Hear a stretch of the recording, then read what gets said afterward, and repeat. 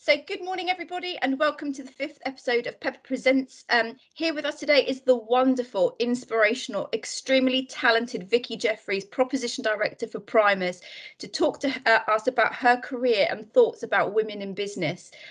There's been many a discussion about the challenges for women in climbing the career ladder, particularly in the financial services industry. So I thought to share Vikki's thoughts and hopefully provide ladies some tips and build belief on how they can carve out their very own successful career in this industry.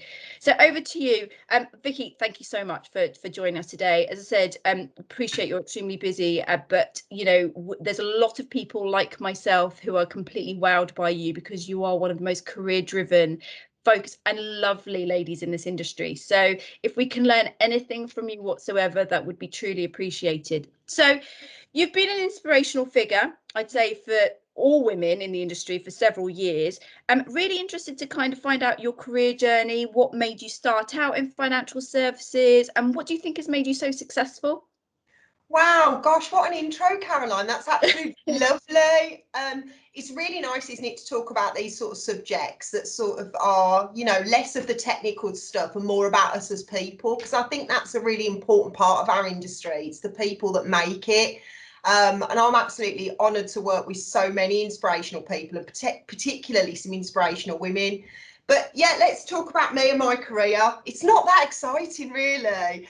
I was actually talking on another group the other day about how people get into financial services, and I was joking because I was saying I don't think I can think of anybody in our industry that at the age of 16 sat in the careers office and said, I want to work in financial services.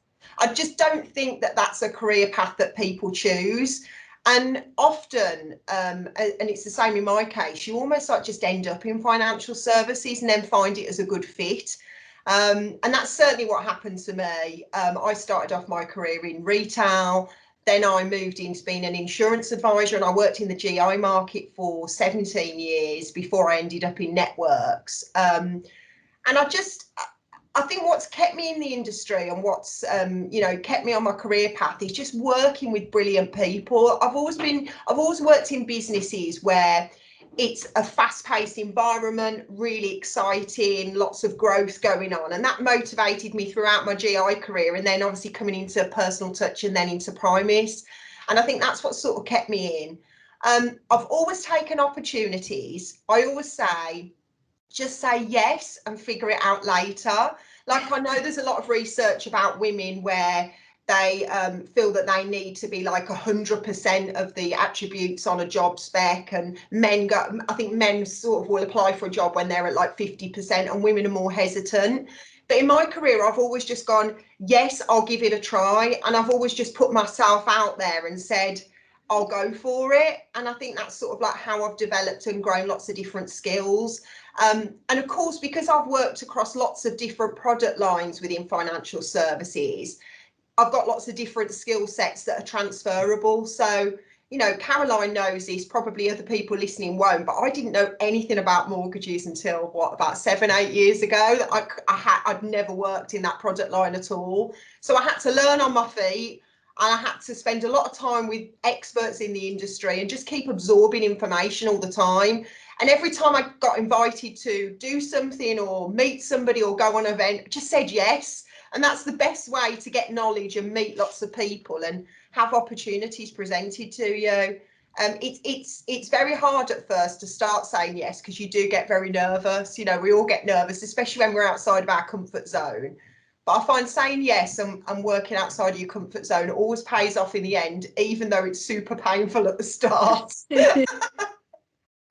No, do you know what? That's resonated with me, because I'm just thinking the number of times I've gone, yeah, I don't know 100% of that stuff, so I'm going to park that. So yes is what I'm going to take forward. So who has been your role model?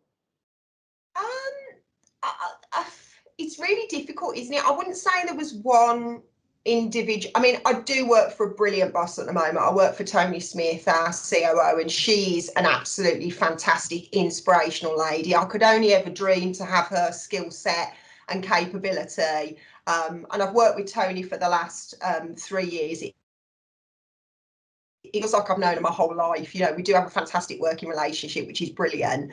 I think prior to that, there's been lots of different inspirational people that I've worked with. Some in a really positive way that have spurred me on, but also I've had some terrible bosses in the past, which have actually inspired me to become a better leader myself. I think sometimes you have to have bad experiences and work for people that make you feel miserable to realise what's important to, you know, when you become a leader and helping you to develop as a leader as well. You know, when I worked for Ensley in the GI market, that was a business that growed exponentially. You know, that was the first insurer to really capitalise on the aggregator market. So we went from a high street broker to a leading aggregator motor insurer literally within 2 years. So you can imagine in that business, the inspirational people that I worked with in there and the growth that we, you know, achieved was absolutely unreal. You know, we were learning IT skills literally on the spot, trying to keep up with the pace of the market, and that was a truly exciting time. But likewise, in the world that we're in at the moment, you know, there's people in our industry, like for example, Heidi Loughlin, who works a lot with AIG and in the protection market, who's had a very personal story with her own battle with cancer and losing a child. People like that inspire me every day because, you know, we all look at our emails and our to-do list in the morning and we think, right, come on, you've got to motivate yourself, you've got to get going. And then you hear a story from somebody like Heidi and you go, right, wow, you know, it's a different level of motivation, isn't it? So somebody like Heidi to me is incredible. And I think in the wider domain, you know, I'm always listening to inspirational women. I'll listen to any podcast and watch any lady. And a lot of blokes as well, but you know, there are some fabulous ladies out there, aren't there? So what would you have said your biggest challenge has been to date in your career, and how did you overcome that challenge, would you say? I think my biggest challenge has been believing in myself. So I am, you know, outwardly I'm a very confident person and, you know, quite outgoing, but inwardly there's often a lot of battles going on between my head and what I want to do. And I do get very nervous with certain situations. You know, there's been times when my nerves have taken over, and it is. Never know. You'd never know. You know, that is a battle for me. So, you know, I've spent a lot of time over the years reading all the books out there, you know, tackling fears head on, going for it, putting myself outside of my comfort zone, as I was saying before. And it does get easier, but it never goes away. But you know, I often say to my colleagues and people that work in my team that get nervous in certain situations, like, nerves are a good thing because it shows you care and it shows that you really want to do a good job. Somebody said to me once that feeling nervous is the same feeling as feeling excited, which, yeah, I mean, I'll take that slightly with a pinch of salt because it might be the same physical feelings, but it's not the same, is it? No. But yeah, I think a lot of women would resonate with that because I think we are, as you know, as a group of women, we, especially in our industry, which has been male dominated, you know, often we do have to be outside of our comfort zone, and often we do feel that we get scrutinised and are put into the spotlight sometimes when, you know, it's uncomfortable, isn't it? You've got so many other things to think about, haven't you? You know, as a lady, you step on stage, you've got heels on. Well, me, I've got high heels on. I've got a suit on that's probably a bit too tight. I've got a full face of makeup and some raging lipstick on. You know, I've got my cards because I'm prepared and I'm hanging on to them. I've got a podium to deal with, a microphone to deal with, where some tech man's put a wire all down my back. You know, you've got a lot of things going on, haven't you? It's you know, and so yeah, I think that's it for me. And I don't mind, I do talk about this quite often. I think it's not, no one should feel afraid to say that they're nervous, because that's a good thing, and you should be nervous because it shows you care. Yeah, no, the number of times I've been shaking and I literally hold on to my notes just in case it all goes wrong. But Yeah. no, it's great. It's great to hear. So what would you say, well, what tips would you give to anyone who's looking to start out in this industry?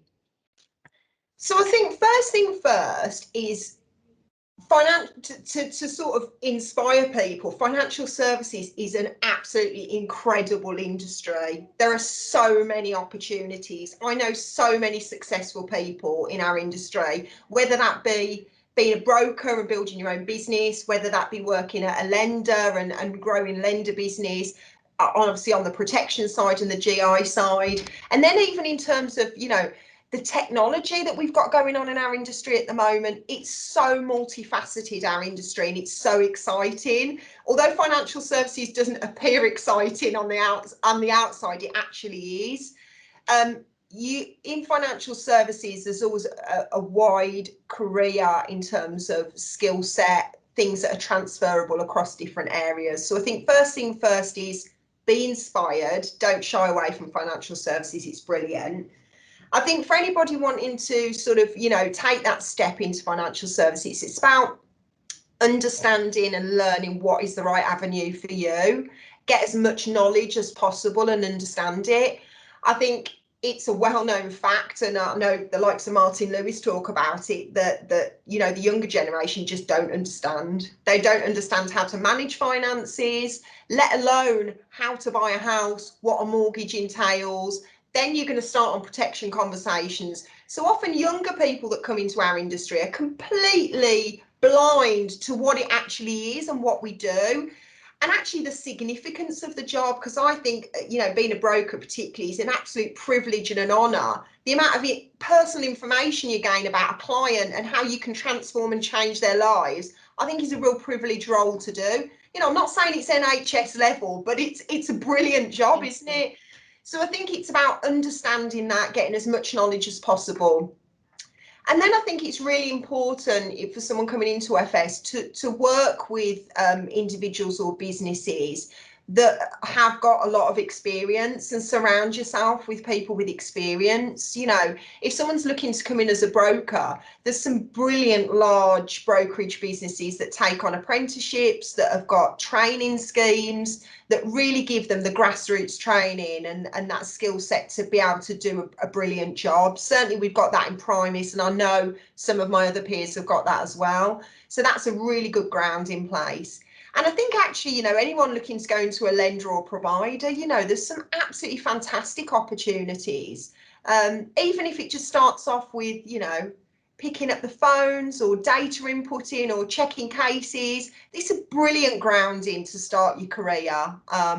You know, I started off as an insurance advisor doing non-advised insurance sales. I can tell you that was pretty dull, doing 20 quotes a day, but it gave me a good grounding and it started my career off. And you know, I work with people that started off on data input and checking files and things like that are now sort of at exec level. So, Wow. you know, Oh, really wow. good grounding to start off with. And also, I think now there's so many good qualifications, isn't there? You know, CMAP is brilliant, and there's so many levels you can do on that now. There's also the new Cert Pro qualification for protection advisors. That's brilliant. I mean, I did the CII route for insurance. That's still going, and you can go off in all different levels there.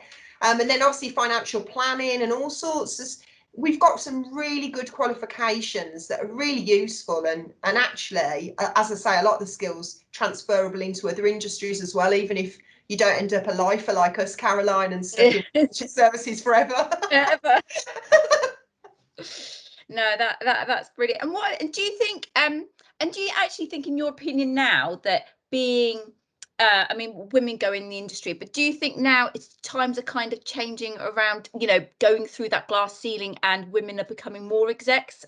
Are you finding that's all changing now? I mean, obviously you're now a director, which is incredible. You've been a director for years, and an exceptionally amazing one. But I mean, do you think that there's going to be more and more women like that? I mean, in our business, it's a pretty much 50-50 split, Is which it? is brilliant. Right. Yeah. So, and in wider group in LSL board, you know, again, it's a good split of men to women ratio on that as well. I think, yes, I think more women will come through. I always, my only hesitant in that question, Caroline, is that I want to get the job because I'm the best, not because I'm a woman. Love it. Love it. I do feel really strongly about that. So yes, I think more women will, but I think that's because we've got more exceptional women in the industry and because they are best for the roles, not just because they tick a box. No, that's brilliant. Okay, and one last question from me. Sorry, just so what tip would you give anyone? What's one word that would sum up literally why you should go into the industry and what, you know, what makes you successful. I know that's 2 questions, but one word. Well, can I say a phrase instead? Yeah. Can I use a phrase? I say just go for it. Just go for it. Love That it. is my overriding phrase. Perfect. No, that's great. Thank you so much. That's all we have time for, sadly. To all our viewers, thank you very much for listening, and for Vikki for just taking the time out to share her invaluable guidance. You are an inspiration, Vikki. As said, you're one of my favourite ladies ever, and I just think you're amazing leader, and just all-rounded. So thank you so much for coming and joining us today. So a huge thank you for myself and also on behalf of Pepper Money. So anyway, look forward to hopefully seeing you all soon. Goodbye.